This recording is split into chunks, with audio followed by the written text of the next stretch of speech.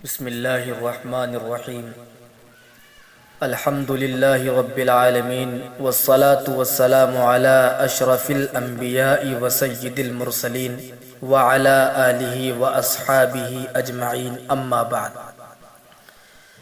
محترم سامعین کرام، ماہ ذی الحجہ کا پہلا اور مبارک عشرہ چل رہا ہے۔ قرآن اور احادیث مبارکہ میں اس عشرے کے بڑے فضائل اور مراتب وارد ہوئے ہیں۔ چنانچہ سورہ فجر کے آغاز میں اللہ رب العزت نے مختلف قسمیں اٹھائی ہیں، جن میں سے ایک قسم یہ ہے وَلَيَالٍ عَشْرٍ، اور قسم ہے 10 راتوں کی۔ ان 10 راتوں سے مراد ماہ ذی الحجہ کی ابتدائی 10 راتیں یعنی 10 تاریخیں ہیں جو کہ اس وقت چل رہی ہیں۔ اور بخاری شریف میں ایک روایت ہے جو عبداللہ ابن عباس رضی اللہ تعالی عنہما سے مروی ہے۔ فرماتے ہیں کہ آپ صلی اللہ علیہ وسلم نے ارشاد فرمایا، اللہ کے یہاں ایسا کوئی عمل نہیں ہے جو ماہ ذی الحجہ کے 10 دنوں میں کیے ہوئے اعمال سے بھی افضل ہو۔ صحابہ کرام نے عرض کیا، اے اللہ کے رسول، جہاد فی سبیل اللہ بھی نہیں ہے؟ آپ صلی اللہ علیہ وسلم نے ارشاد فرمایا، جہاد فی سبیل اللہ بھی نہیں ہے، ہاں ایک شخص جو اپنے مال اور جان کے ساتھ اللہ کے راستے میں جہاد کرنے نکلا ہو اور اس میں سے کچھ بھی واپس نہ آیا ہو، یعنی وہ اللہ کے راستے میں شہید ہو گیا ہو۔ یہ عمل تو افضل ہو سکتا ہے، اس کے علاوہ ماہ ذی الحجہ کے 10 دنوں میں کیے گئے عمل سے کوئی عمل افضل نہیں ہو سکتا۔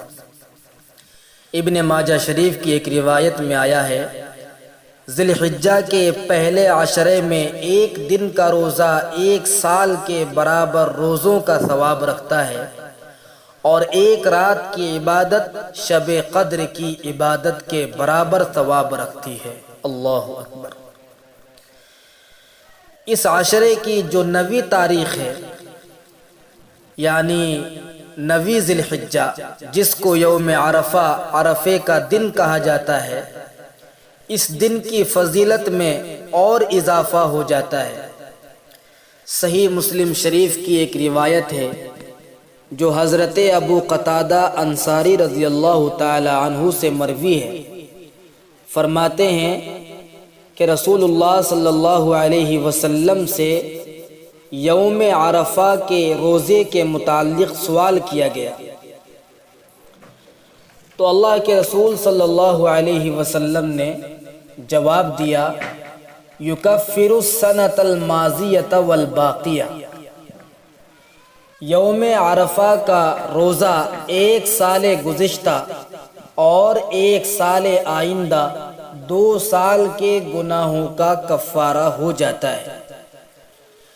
اور ایک روایت میں جو حضرت ام المؤمنین حضرت عائشہ صدیقہ رضی اللہ تعالی عنہا سے منقول ہے، فرماتی ہیں کہ آپ صلی اللہ علیہ وسلم نے ارشاد فرمایا کہ سب سے زیادہ عرفے کے دن یعنی 9 ذی الحجہ میں اللہ رب العزت اپنے بندوں کو جہنم سے خلاصی عطا فرماتا ہے۔ ان کے علاوہ بھی بہت سی احادیث میں اس عشرے کی اور خاص طور پر یوم عرفہ کی فضیلتیں منقول ہیں۔ اس موقع پر ہمیں چاہیے کہ اللہ رب العزت کی طرف سے عطا کردہ یہ انعامات اور قیمتی مواقع ہیں، ہمیں فائدہ اٹھانا چاہیے اور بڑھ چڑھ کر ہمیں ان دنوں اور ان راتوں کی قدردانی کرنی چاہیے۔ زندگی بہت مختصر ہے، نہ جانے کب اس دنیا سے رخصتی کا وقت آ جائے اور ہماری زندگی کا آخر ہو جائے، اس لیے ہمیں عمل میں زیادہ سے زیادہ سبقت کرنی چاہیے۔ محترم سامعین کرام، دوسری بات یہ عرض کرنی ہے کہ تکبیر تشریق کیا ہے اور اس کا کیا حکم ہے۔ تکبیر تشریق یہ ہے اللہ اکبر لا الہ الا اللہ واللہ اکبر وللہ الحمد۔ اس تکبیر کا حکم یہ ہے کہ یوم عرفہ یعنی 9 ذی الحجہ کی فجر سے لے کر 13 ذی الحجہ کی عصر تک ہر فرض نماز کے بعد ایک مرتبہ یہ تکبیر پڑھ لینا واجب اور ضروری ہے، مردوں پر بھی اور عورتوں پر بھی۔ البتہ مرد حضرات بلند آواز سے پڑھیں اور عورتیں آہستہ آواز کے ساتھ پڑھیں۔ یہاں ایک مسئلہ ذہن نشین کر لینا بہت ضروری ہے، وہ یہ ہے کہ ایام تشریق یعنی 9 ذی الحجہ سے پہلے کی اگر کوئی فرض نماز چھٹی ہوئی ہے اور اس فرض نماز کو ہم ایام تشریق میں قضا کریں، یعنی 9 ذی الحجہ سے لے کر 13 ذی الحجہ کے درمیان میں ہم اس نماز کو قضا کر رہے ہیں، تو اس کے بعد تکبیر تشریق پڑھنا واجب اور ضروری نہیں ہوگا۔ اسی طرح اگر ایام تشریق یعنی 9 ذی الحجہ سے لے کر 13 ذی الحجہ تک کی کوئی فرض نماز چھوٹ گئی اور اس کو ہم ایام تشریق کے بعد یعنی 13 ذی الحجہ کے بعد اگر اس کو ہم قضا کر رہے ہیں تو اس کے بعد بھی تکبیر تشریق پڑھنا واجب اور ضروری نہیں ہے۔